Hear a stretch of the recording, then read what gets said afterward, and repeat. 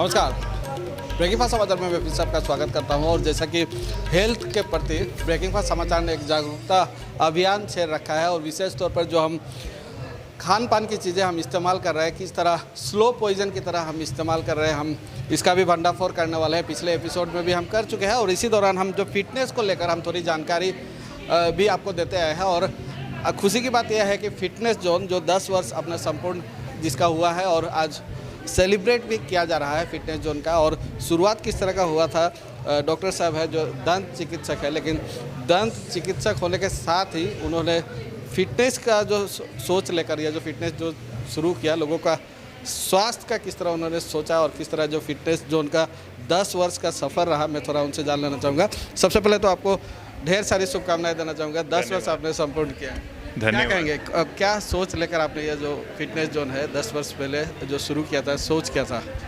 ये बहुत एक इंटरेस्टिंग था। हम सोच रहे थे कि हम लोग मेडिकल प्रैक्टिशनर्स हैं, क्यों नहीं हम ना हेल्थ फील्ड में कुछ हम अलग करें।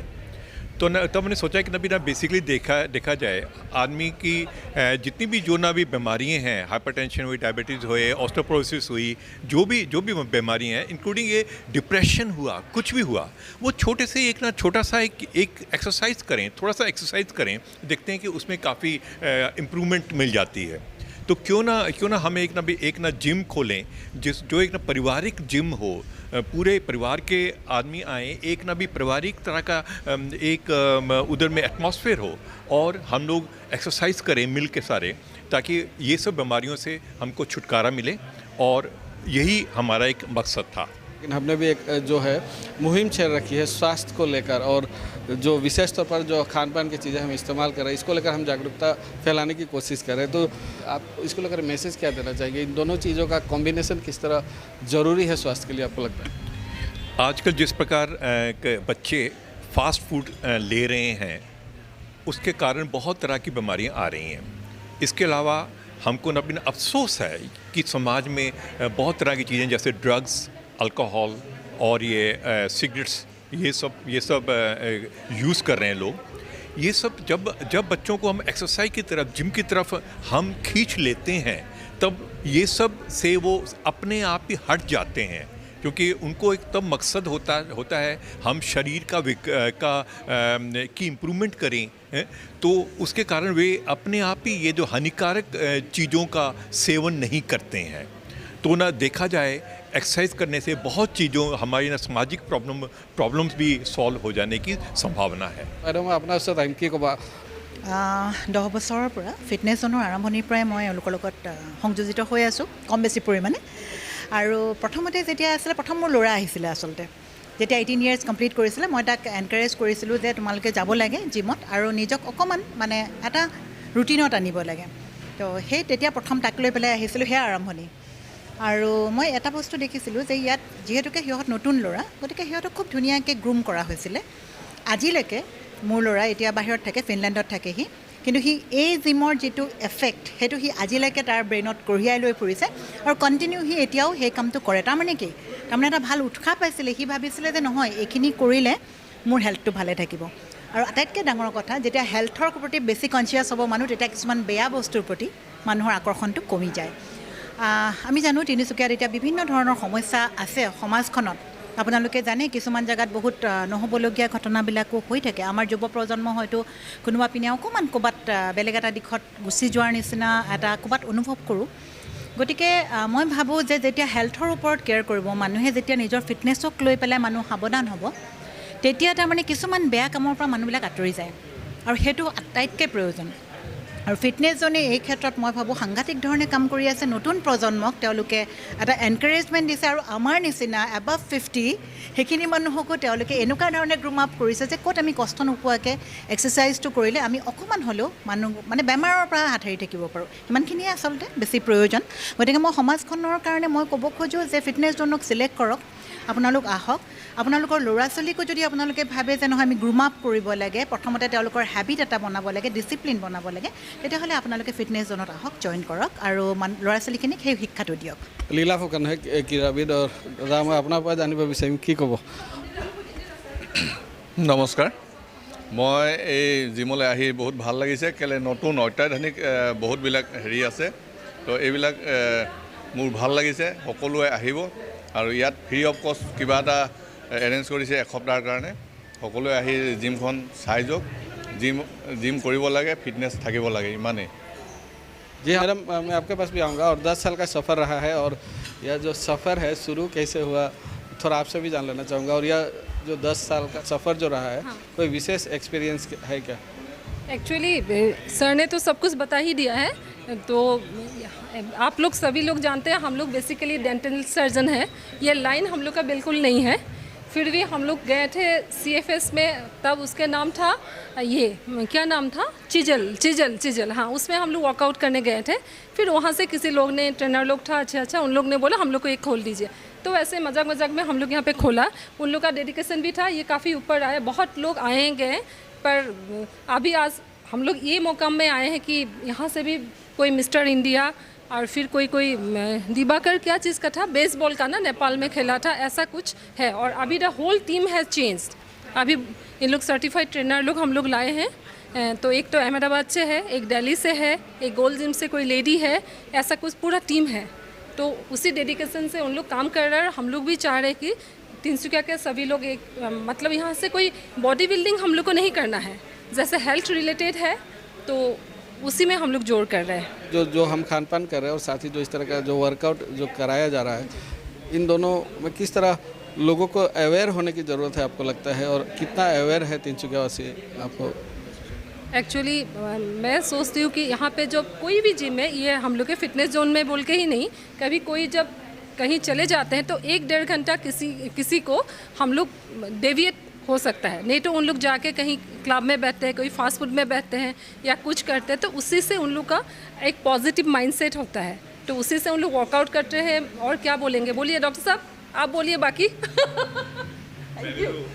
मैं तो ऑलरेडी ये कहा ही है कि ना हम चाहते हैं कि ना भी बच्चे जो इस साइड ख़राब तरफ जाने की उनकी संभावना हो, वो उम्र में अगर वो जिम की तरफ आ जाएं, अपना शारीरिक व्यायाम की तरफ आ जाएं, तो उनका माइंड डाइवर्ट होगा, जिसके कारण उनकी लाइफ अच्छी बनेगी।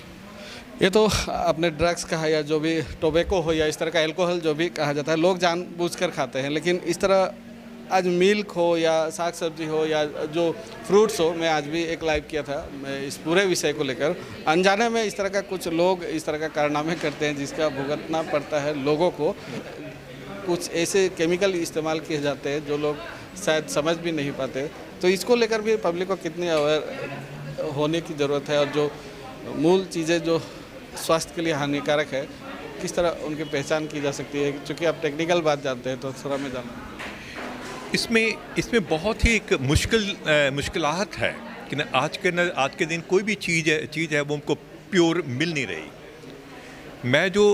मेरा जो अपना एक्सपीरियंस है आजकल, अगर कोई एक्सरसाइज करते वक्त भी कोई यानी बोले ना कि हमको प्रोटीन लेना है, नहीं, उसकी जगह पे क्यों ना हम ना दालों का ही अगर सेवन करें हैं तो उससे ही प्रोटीन आ जाता है। और कुछ हमको हर एक चीज़ को इस प्रकार लेना है जिसमें भी शक हो कि इसमें कोई केमिकल हो सकता है, वो उससे दूर रहना ज़रूरी है। पर कई चीज़ें हैं जिसमें केमिकल्स हमारे शरीर में आते ही जा रहे हैं। तो एक्सरसाइज करने से क्या है, कुछ हमारे एक ना ऑक्सीडेटिव स्टेज आ जाती है, जिससे काफ़ी केमिकल्स हमारे ऑक्सीडाइज हो जाते हैं और हमारे ना ऑर्गन्स डैमेज कम होते हैं। ये नहीं बोलूँगा कि नहीं होते हैं, क्योंकि उनका तो डैमेज होना ही है, क्योंकि हम लोग स्लो पॉइजन खा रहे हैं। लेकिन उससे थोड़ा सा कम अफेक्ट होता है जब हम एक्सरसाइज करें, क्योंकि जब हम ब्रीदिंग करते हैं ऑक्सीजनेशन आती है, तो उससे काफ़ी हमारे चीज़ों की इम्प्रूवमेंट आ जाती है। एक चीज़ मैं कल स्टेटस लिखा था और आपसे भी थोड़ा मैं जानना चाहूँगा, पसीना बहने, जो गर्मी से जो पसीना बहता है उनसे भी जो है अंदर की चीज़ें निकल जाती है, और पसीना जो मेहनत करके बहाया जाता है, इन दोनों में शरीर पर एक्चुअली किस में ज़्यादा बेनिफिट है और किस तरह का बेनिफिट मिलता है आपको, थोड़ा मैं बताने। पसीना बहाना ही एक चीज़ है। देखा जाए ज़िंदगी में जो आदमी अपना पसीना बहाता है कोई भी कारण से, कोई भी चीज़ में, उसे तो अच्छा करना ही है।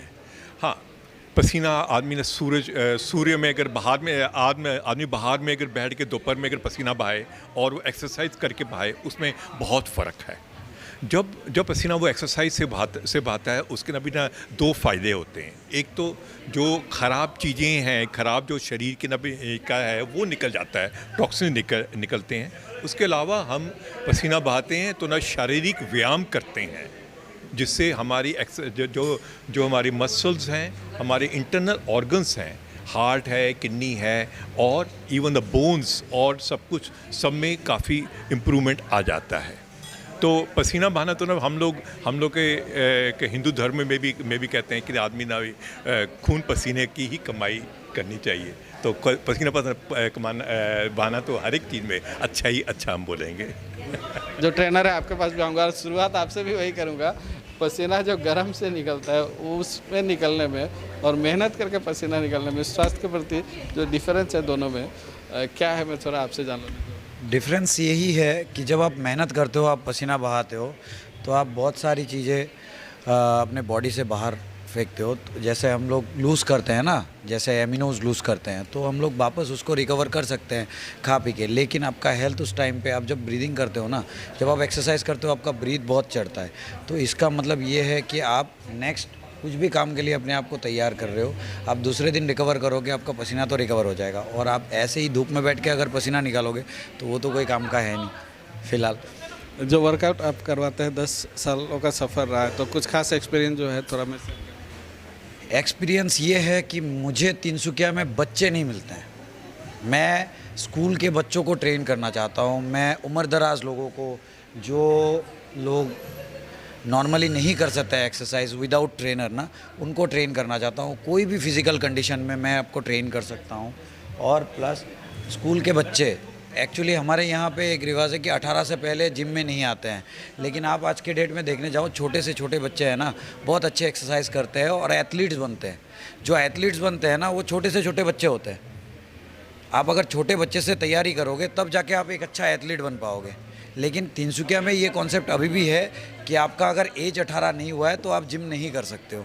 ये बहुत गलत कॉन्सेप्ट है और हमको चाहिए। और एजेड लोग, जितने भी 55 प्लस 60 प्लस लोग हैं, जिनको फिट होना है, जिनको शुगर का प्रॉब्लम है, जिनको थायराइड का प्रॉब्लम है, कोई भी प्रॉब्लम है, आप जिम में आओ, आप अपना डाइट सुधारो, आप लाइफस्टाइल चेंज करोगे ना, आपको 101% रिजल्ट मिलेगा। चेंज होता ही है बॉडी सर, कैसे भी। आप अगर एक्सरसाइज आप करते हो, आप अपना लाइफस्टाइल बहुत अच्छा रखते हो, खाना बहुत अच्छा खा रहे हो, आप टाइम पे सो रहे हो, बोलते हैं ना कि ईट, स्लीप, ट्रेन एंड रिपीट। ये अगर आप कंटिन्यूसली करते हो रोज़मर्रा की ज़िंदगी में, तो आपका बॉडी चेंज होने से कोई नहीं रोक सकता, आपको फिट होने से कोई नहीं रोक सकता है। जी हाँ। और किस तरह जो फिटनेस जोन का सफ़र रहा है और क्या कहना है यहाँ के जो ऑनर है और साथ ही जो यहाँ अतिथि उपस्थित हुए उनका, और हमने कोशिश की जो ज़्यादा से ज़्यादा जो है उनसे हमने जानकारी ली और आप तक पहुँचाने की कोशिश की। आगे भी कोशिश करेंगे कि स्वास्थ्य को लेकर जो हेल्थ के प्रति जो लोगों की जागरूकता होनी चाहिए, जागरूकता फैलाने का जो अभियान हमने छेड़ रखा है, आगे भी हम कोशिश करेंगे कि आने वाले एपिसोड में और अधिक से अधिक जो है और भी अवेयर करने के लिए कुछ जानकारी आप तक लेकर पहुंचाए। फिलहाल में लोग अभी साथ बने रहिए, आप देखते रहिए ब्रेकिंग न्यूज़ समाचार।